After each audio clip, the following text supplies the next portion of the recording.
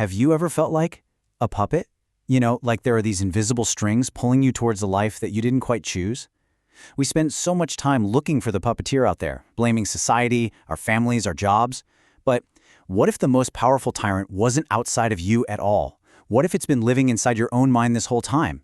Okay, let's dive deep into this. We're going to use the powerful teachings of Acharya Prashant to investigate the greatest mystery there is. Who is truly in charge of your life? And right away, here's our central clue. This quote from Acharya Prashant. It's a radical accusation, isn't it? It completely turns the entire investigation on its head. It suggests that the chains we feel aren't put on us by others, but that we forge them ourselves from something deep within. This is the idea we're going to unpack. But hold on, before we just accept this internal culprit theory, any good investigation has to rule out the obvious first. So let's do that. Let's bring in the usual suspects, the external forces we all love to blame for everything. And here they are, the lineup: society, the system, that boss you can't stand, the heavy weight of family pressure, tradition, circumstances, you name it. These are the figures we point to when we feel trapped. They seem so powerful, right? So relentless. They're clearly responsible for our lack of freedom. Or are they? You see, this isn't just a casual complaint we make. It's a deep-seated belief for most of us. We genuinely feel that these outside pressures are the ones dictating our most important choices, from who we marry to the career we end up in. It feels like they have all the power, and we're just reacting. All right, so let's go to the scene of the crime. To see if these suspects really hold up under scrutiny, we need to examine the evidence. And the best evidence we have are those moments where we feel their influence the most, our major life decisions. Okay, let's get personal for a second. Think about a huge life choice like this one. You're in a relationship, things are going well, and you decide to get married. Why? Let's really analyze the reasoning that so often comes up. Now, check this out. This is where it gets really interesting. Our prime suspect, society, seems to be working against itself. In one case, you might say you're getting married because society wants the relationship legalized. But in another, you might not get married because society objects to something like caste. Wait, so the same external force is being used to justify two completely opposite actions. That's a huge contradiction. Something's not right here. Let's look at another case file, your career. Why do so many of us take that job we dread every single Monday morning? Well, the reason we give is often about the perks, right? The title, the security. In other words, it's respectability. But respectable to whom? Again, we point outward.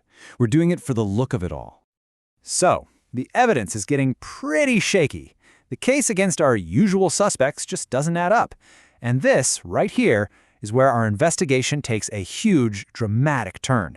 Because according to Acharya Prashant's teachings, the real culprit, well, it's a master of disguise, and it's never been any of those figures in our lineup. The real tyrant, it doesn't send a warning. It doesn't show up wearing a name tag that says, "Hello, I'm here to control you." No, its power is in its subtlety, in its ability to operate from the shadows of your own mind. And this is its core strategy. This is its genius.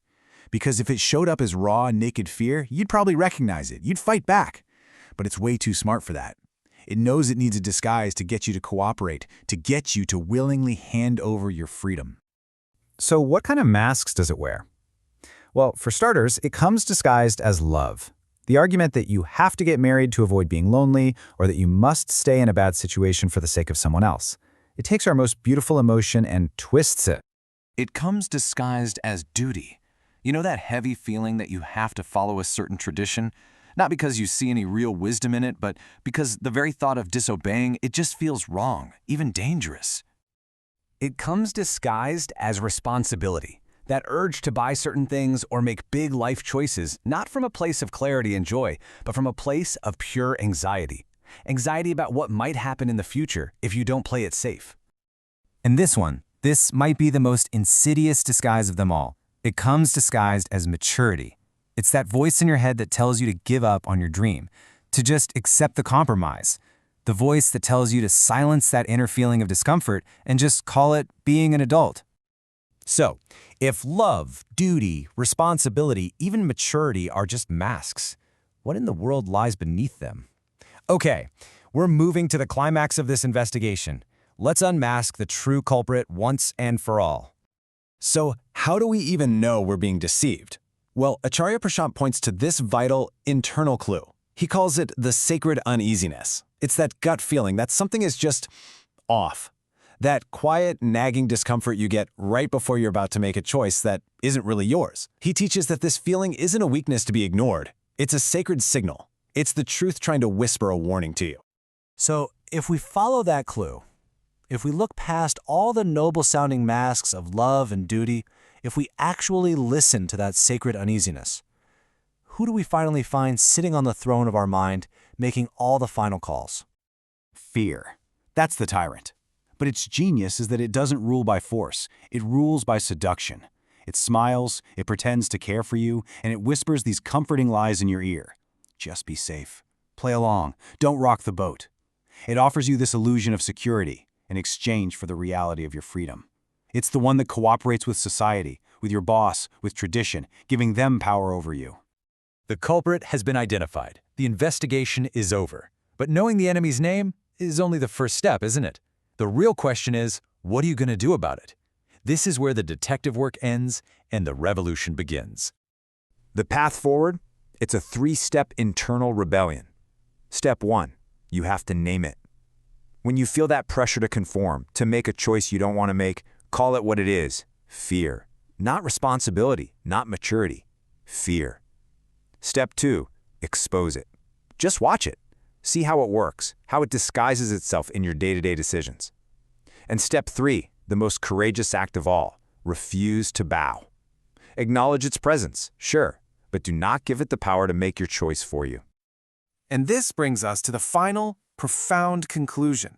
We're always looking for revolutions out on the streets, for big changes in the system. But what Acharya Prashant's teaching insists is that the only revolution that truly matters is the one that happens within. It begins the moment you look in the mirror and decide, once and for all, that you will no longer be ruled by the tyrant in your own mind. So the only question left is, are you ready to begin?